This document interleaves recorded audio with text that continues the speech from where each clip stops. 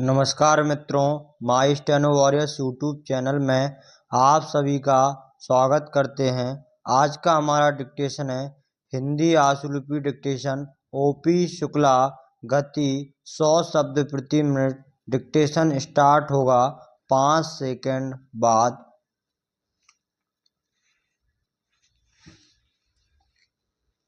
Start. उपाध्यक्ष महोदय, माननीय वित्त मंत्री जी ने जो वित्त विधेयक पेश किया है मैं उसका समर्थन करता हूं। जहां तक हमारी सरकार का संबंध है उसने बड़े अच्छे कदम उठाए हैं, जैसे बैंकों का राष्ट्रीयकरण करने का सारा श्रेय प्रधानमंत्री और हमारी सरकार को जाता है।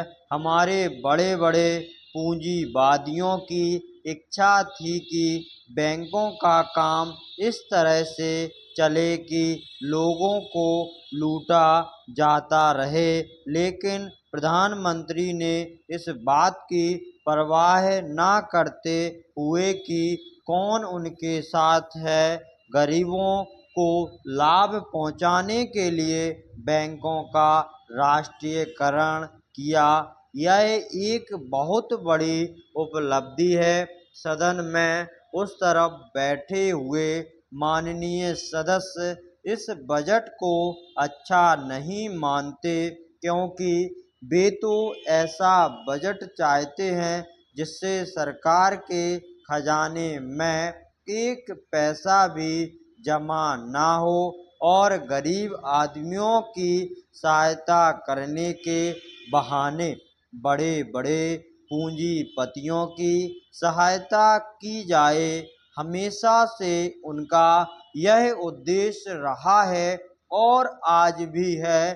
थोड़े से दिनों के लिए शासन इनके पास गया तो इनकी तरफ से यह कोशिश हुई कि जो राष्ट्रीयकृत बैंक है वे किसी तरह से पूंजीपतियों के हाथ में चले जाएं।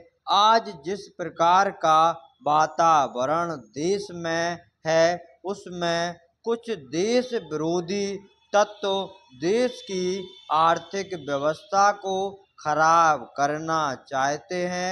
उनसे निपटने के लिए जिस प्रकार का संतुलित बजट और वित्त विधेयक माननीय वित्त मंत्री जी ने यहाँ पर पेश किया है, उनसे अच्छा और कुछ नहीं हो सकता था। लेकिन इसके साथ साथ आवश्यकता इस बात की भी है कि जो आयकर की चोरी करने वाले हैं, जो कंपनियों के बड़े बड़े मालिक हैं, जो करों की चोरी करते हैं, उन पर भी वित्त मंत्री को कड़ी नज़र रखनी चाहिए।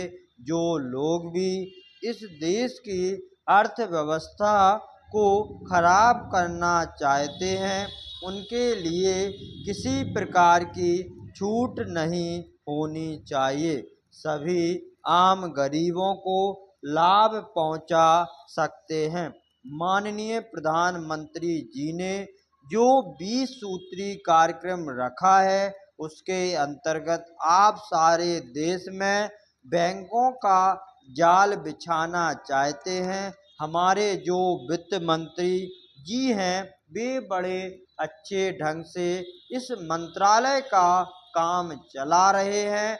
जहां भी किसी प्रकार की कोई कमी है उसको भी दूर करने की वह कोशिश कर रहे हैं। पहाड़ी क्षेत्रों में पहले कोई बैंक नहीं हुआ करते थे, पहले यहाँ पर रियासतें थीं, लेकिन आज वहाँ पर बैंकों का जाल बिछा हुआ है। एक बैंक की 100 से अधिक शाखाएं वहाँ हो गई हैं। इसी प्रकार के सारे देश में किया गया है, लेकिन कुछ शक्तियाँ ऐसी हैं जो इस देश की अर्थव्यवस्था को खराब करना चाहती हैं। जिस प्रकार से इस देश के मजदूरों को उकसाया जाता है और कारखाने बंद कराए जाते हैं और उत्पादन रोका जाता है, उसकी जिम्मेदारी उस तरफ बैठे हुए लोगों पर ही है, क्योंकि आंदोलन वे ही कराते हैं। स्टॉप।